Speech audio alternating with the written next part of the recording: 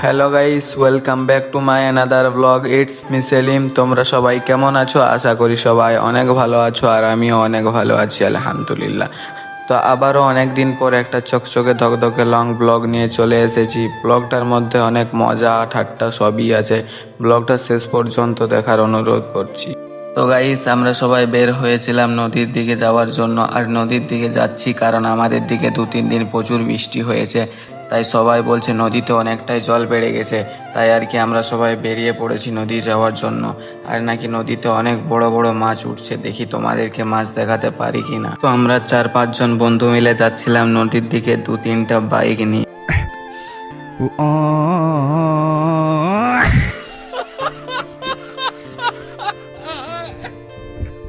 আর আমার এই বাইকটার নাম কি দেওয়া যায় তোমরা কমেন্টে বলবে কিন্তু। আর গ্রামের এইরকম পরিবেশ সত্যি মনটা ভালো করে দেয়। তারপর আরো 3জন ভাইকে দেখতে পেলাম, সে বেগে করে কি নিয়ে যাচ্ছে বাড়ির দিকে। তাদেরকে জিজ্ঞেস করতে বললো মাছ আছে, তাই আর কি তোমাদেরকে দেখানোর জন্য বের করতে বললাম। ওরা ক্যামেরায় আসতে লজ্জা করছে, বলছে ক্যামেরা বন্ধ কর। আমি বললাম আমার সাথে থাকলে ভিডিওতে আসতেই হবে, সে যে থাকুক না কেন।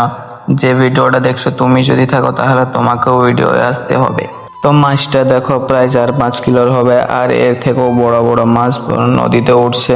তো গাইস, তোমরা তো মাছটা দেখলে, চলো এখন আর বেশি কথা না বাড়িয়ে নদীর দিকে যাই।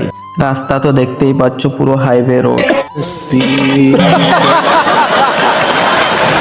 আর সেই হাইওয়ে রোড পেরিয়ে নদীর তীরে পৌঁছে গেলাম। দেখতেই পাচ্ছেন কতগুলো হেলিকপ্টার দাঁড়ানো আছে। তো আমাদের হেলিকপ্টার দেখে লাভ নেই, আমরা তো বড় লোক হেলিকপ্টার না, আমরা এইরকম বাইক চালাই।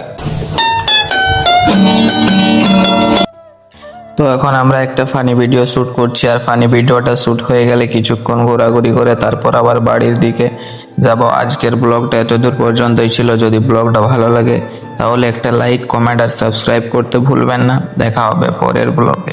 সবাই ভালো থাকবেন, সুস্থ থাকবেন। আল্লাহ হাফেজ।